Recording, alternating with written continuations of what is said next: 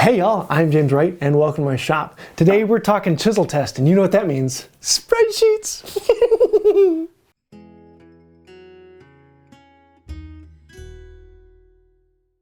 So if you're the type of person where you just want me to say, this is the best chisel, go buy that one, hop over to the other channel. I kind of speed through information on there, and that's kind of the channel you probably want more. That's where I just spit out information.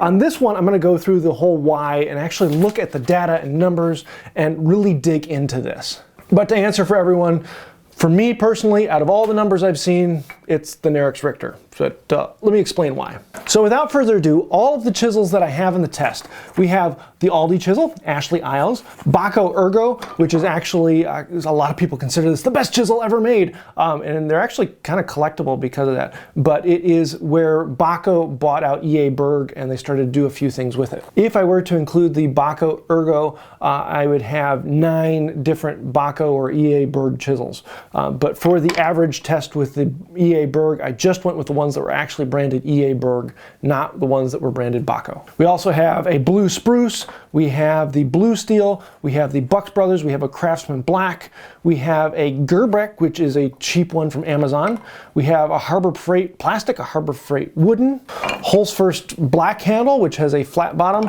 Holes First red handle, which is a little more cost-effective one, IBC, Irwin Marples clear, Irwin Marples blue, we have the Kimmins chisel, as well as a new prototype he lent me to test out, the steel, Cobalt chisel, a Kelby, which is another Amazon type, Lee Nielsen, Nerix Richter, Nerix Standard, it's a Swedish chisel. I have a file that was now 22 years old, as well as a brand new file, or at least it was 2 years ago. Robert Sorby, the Stanley Everlasting chisel, Stanley Sweetheart, a 2 cherries, a Veritas PMV11, white steel, Wood River with the green handle, and Wood River with the socket handle. Whew, lots of chisels. Choosing a chisel is a very personal thing. And what feels good to me probably will not feel good to you. Like for me, socket handles, I really don't like them. They just never feel good. They're not what I want. I want a good tang. So that's a personal thing for me, and I'm not gonna hold that against anyone else. So one of the interesting things is on the spreadsheet, I've got a place where you can put different weightings for different characteristics. So you actually can look at the chisels and find out what ranking works for you. And you will probably find that a very different chisel is going to be the best one for you. For me, it's going to be the Nerix Richter, but that's because I have different weightings I have on there. And one of the cool things about this is you can find the best chisel for you, not just the one that I say, this is the best. So yeah, spreadsheet. Number 2, big caveat, I'm not going to be showing the actual testing in this video. That would make this video incredibly long. I have an entire video dedicated to how the test is conducted, as well as another whole live video where I took one chisel and I went through the whole procedure with that so you could actually see the live detail of how the test actually functions. I'll have links to all of those down below, as well as links to the spreadsheet and the quicker video. The 2 big questions I had in the first video were why I didn't test a lot of older chisels, antique chisels. Why didn't I test a lot of those good old brands that everyone swears by? And the reason being is that before you had a computer-aided thermal system where you could control exactly the tempering and the hardness, there was a decent amount of variability from batch to batch. And just testing one chisel, I wasn't going to do it very good. If I picked up a bad one from that group, then I probably ran into issues in telling people that, yeah, this whole thing is bad. So picking one out of there isn't going to be very good. The second question is, why in the world didn't I test an EA Berg, which is an antique chisel? Because I have heard this probably 200 or 300 times that EA Berg is the best chisel ever made. So I had to test that. But because it's an antique chisel, I didn't want to just test one. So I've got a bunch of chisels that came from a few different people, and we have 6 or 7 of actual EA Berg, as well as a couple of the Bahcos when Bahco bought them out. And they come from a bunch of different age ranges, so we can actually do a test of a decent selection. Now, it's only 6 or 7 depending upon how you count them, so it's not a great selection, but it will give you a decent idea to how do they stand up. I also need to say a huge thank you to everyone who has provided me chisels to do testing. There were a bunch in the previous test, but in this one, I really had a lot from you, the viewers, so thank you.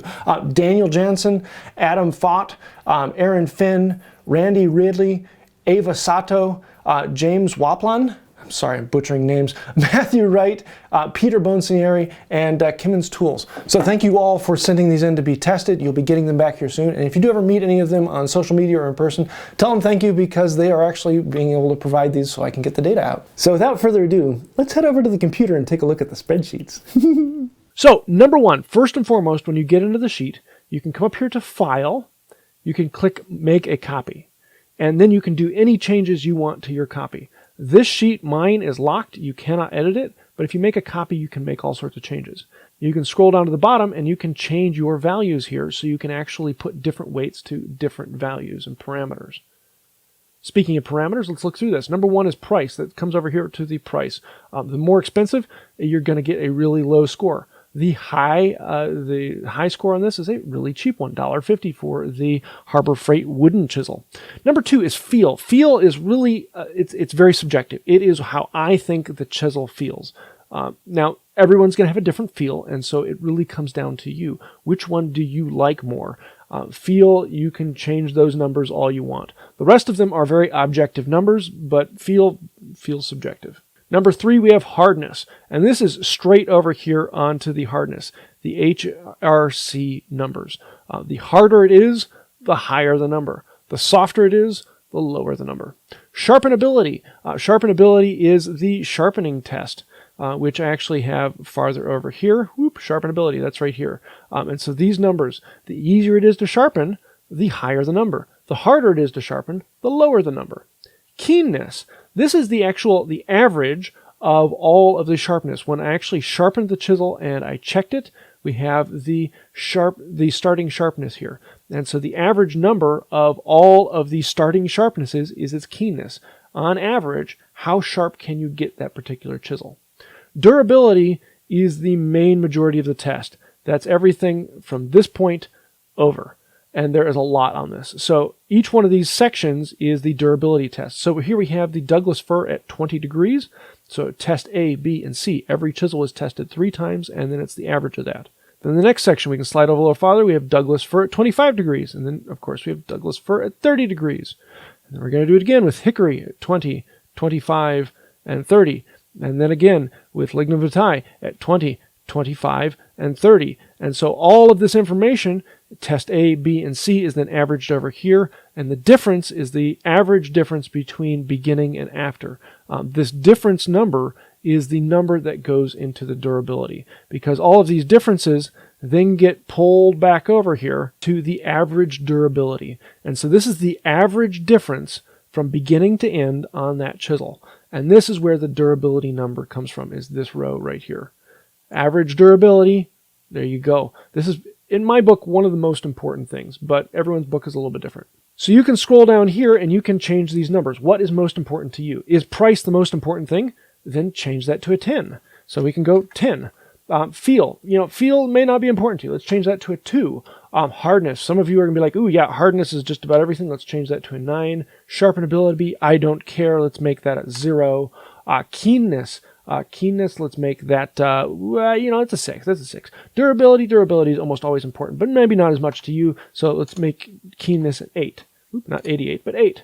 These numbers can be anything you want. I generally suggest keeping them on a 1 to 10 scale, but you can change them around if you want to go negative or you want to go 100 or whatever. It's a multiplier, so you can flip it over. So we've changed all these numbers. Let's actually come up here and see what ranks out. So I'm going to come up here to D with all the variables. I'm going to click this, and I'm going to go Z to A. That puts the biggest number at the top. So Z to A, let's see what we get.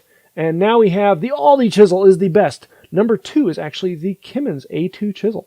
Kind of surprising. Blue steel file. The other Kimmons, the new prototype, Nerix Richter, is now down at number, what would it be, 6. So you can change these parameters around and find the chisel that works better for you. Unfortunately, Aldi doesn't make those chisels anymore, which is really sad because they're really, really good. And if you go for price, you just generally can't beat the Aldi chisel. But it's surprising how these all flip around and different things come around. In this case, the Cobalt chisel is even worse than the Harbor Freight plastic. So you can make these numbers whatever you want them to be. But for me, here are my parameters that I pick. Price really isn't that important to me. The most important thing to me is feel. How does the chisel make you feel? That's where all the fun comes with. Hardness, I really don't care about hardness. It's not a point that really matters. Sharpenability and keenness matter, and so that's where I throw that. And of course, durability is the most important thing to me. How long will this edge last? So all of this is raw data, and you can look through all this raw data, but there are several things down below. I actually broke them all out into characteristics here, so you can actually have a direct look at the charts, either by, in this case, Douglas fir, by its different angles, and each of the colors matching to that, or hickory, or then lignum vitae, or down here I have just the angles, and the woods are the variables, so Douglas fir, hickory, lignum vitae. And so you can come over here and see that, a lot of these chisels are really, really good. To say that, the Nerix Richter is so much better than everything else is kind of all of these chisels, look at this, they all did really, really well with lignum vitae. They're all pretty close to the same. It's when you actually get over here onto some of these other ones that the other things start to show up and make a difference. So it's one of those things that, the difference between the best chisel and a few down isn't that big. But if you want the best chisel, well, here's how you can figure it out. The new page I have on here, you come down here to the EA Berg, and this is just the EA Berg chisels and the other ones like it. And so you can actually see the comparison, 1 through 6. They're out of rank because of date. This one is 50s through 70s. Then we have the Baco Ergo, the red plastic, and then this is the one that was actually still labeled EA Berg with red plastic. And then there's the Baco, which is the same format, but dropped the EA Berg. And so you can actually come through here and see all their numbers and rank these out specifically. But it's interesting to come over here and look at the durability and hardness and that type of thing. So here are all of the numbers of each characteristic side by side. So the difference, if you just look at the old ones, which are from here over, this one from the 50s was actually pretty crummy in comparison. But then you come over to this one, which is another one from the 50s, and that was a really nice chisel. So there was actually a pretty wide smattering of rankings. And then you start getting here to these new ones, like the EA Berg plastic handle and the Baco red handle, and these did not do very well. So it's pretty obvious. But it's interesting to actually get a little bit of an idea about antique chisels. So let's go back over to the raw data sheet and look at some of the interesting things on here. Number one, I expected there to be a lot of correlation between hardness and some of the other standings. Like you generally expect a hardness to durability correlation. There really isn't much correlation between durability and hardness. It's one of those things you expect, but you don't, because if it gets too hard, it chips. If it's too soft, it curls. You're kind of looking for that butter zone in hardness. So the harder the chisel, it's not going to make it a better, longer lasting chisel. Also, when you come over here to sharpenability, there is actually a pretty close correlation between sharpenability and hardness. If you sort these out by it, the numbers actually match up pretty closely, which is pretty obvious because hardness is sharpenability. So yeah, there is a strong correlation between those two.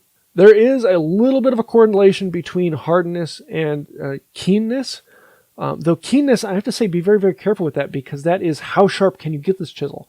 It doesn't matter what type of chisel you have. That really, really high, shine, clean, sharp edge is going to dull off rather quickly. After a few strokes, it's going to get down to an average sharpness. So the keenness is not one I put a lot of weight in, because it's really only there for the first few strokes. But if I'm going to be doing some in-grain pairing, keenness is very important for that. On all of the chisels, I have rankings over here with total length, balance from the tip. How far back does the chisel balance? Some people want a really heavy handle. Some people want a really heavy tip. Height on the sidewall. So how tall is the sidewall? 3/4 inch back from the tip of the chisel. Listed size, in other words, was it sold as a 12 millimeter or a half? I do have a few other sizes in here. I was able to get those in this time. And then the actual measured size, so you can actually see how close is it to its reality measurement. Total weight of the chisel. And on some of these with the EA Bergs, I have NA because they're antique. They have been worn back a good ways, and so putting data on there isn't really a good one for that. And then, of course, their final weight. So yeah, there's a lot of interesting data you can pull through on those. One of the interesting ones I want to test this file chisel. I want to test others from this age range and just see if this was a weirdo that stuck out. But it had amazing durability. It was far beyond any others. Really, really cool chisel. But I'm kind of thinking it was a fluke, and I'd love to test others on there. That was a bit of a surprise.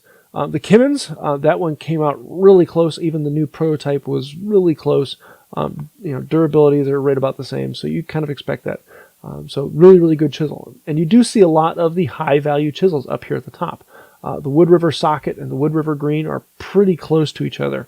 The Socket did ever so slightly better, though in my book the feel on that's a little lower, so it might actually bump up a little bit higher on yours. The white steel and blue steel, this is one I did a lot last time. Last time I did the blue steel here, and a lot of people said, oh, you got to try white steel. It's so much better than blue steel. And for those of you who don't know, white steel and blue steel, those are cost-effective Japanese chisels. They have a hard steel on one side and a softer steel on the other, so that they sharpen a little bit faster. And they did fairly well. I mean, they were both in 13 and where's the other one? Number 10. So they're very good chisels, but they're relatively close, so there isn't too much difference. In all honesty, in the top 15 chisels, those are all really, really good chisels. You're not going to feel that much difference between any of these. So if you pick any of these, you're going to be getting a good chisel. I was expecting Lee Nielsen to be a little higher. It did not make me as happy as I wanted it to. As we scroll down to the bottom, some of the ones that really surprised me, number one, the Two Cherries from last time, just didn't do very well. It's right down there with some of the cheap ones. The Stanley Sweetheart, the new ones that they sell, it's not a great chisel. I mean, it's okay, it's functional, but I don't know. Then you got a lot of the standard ones you find in the big box store. The Irwin Marples, the Narek Standard was down here a good ways. Then you have the Amazon list, the Cobalt, another Amazon list, Harbor Freight, Buck Brothers. Not really, really good. I was expecting Narek Standard to do a little bit better. It's the exact same steel they have in the premium one. The premium one just has a better handle. That was kind of surprising to see it all the way down here. But again, if you change the parameters, you might find something better. It actually had a pretty solid keenness at 7. Some of these actually did. The Irwin Marples had a pretty decent keenness. But then you come down here to like the Harbor Freight plastic, and yeah, that's pretty much worthless. There are a lot of other interesting data points in here that just kind of surprised me. Some of the outliers and things like that. And I try to keep those outliers in here so you can see them, like with the hardness testing, some of the numbers that didn't quite pop out. I do have differences between the working edge, the flat side, and the back, the side that has the bevels. So you can see if there's a difference, like in the Japanese, the blue steel here with the blue steel, and then again with the white steel, you can see these ones had an incredibly soft back, but a very, very hard edge. And the blue steel actually had a very hard edge at 66. I think that was the hardest of any of them. Whereas the white steel was a little bit more mild. You generally want a chisel to be around that 60 to 61 range. So that's, I think, why a lot of people like it, because it's a little bit nicer. You're not going to get quite as a chipped edge from it.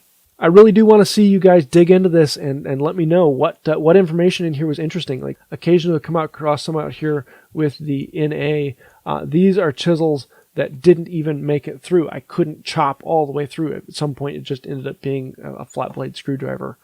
So that tells you, yeah, they're not going to work. And then this one is actually the EA Berg average chisel. So the average is taking the 6 main old style EA Berg and averaging them out, and you get this one here. So that was up here and up here and here, and then a couple down here. So the average ends up being number 21, right about the middle of the pack. Put in your values here, and you might find these all reshuffle and change to something different, because everyone wants something different. This is a way that you can find a chisel that matches you, not just what I say is the best. So I do really want everyone to dig into this. Fill out the information on here and tell me what you like. What other surprising things came out in this chart? What is interesting to you? And what would you like to see me test next time? I do encourage you all to go take a look at the spreadsheets. Make a copy and then change the weightings at the bottom so that you can actually find out which chisel works best for you. It's one of those fun things where you can actually see the data come to life and how it actually affects you personally rather than just data. I really had a lot of fun with this. It was just absolutely an absolute blast. It is one of the more expensive things I've done because actually doing the testing and getting everything together on these is rather expensive. So thank you to everyone who supplied the chisels. Also, a huge thank you to patrons on Patreon and members here on the channel. We say it every time, but without you guys, this wouldn't exist. And you guys are directly funding this.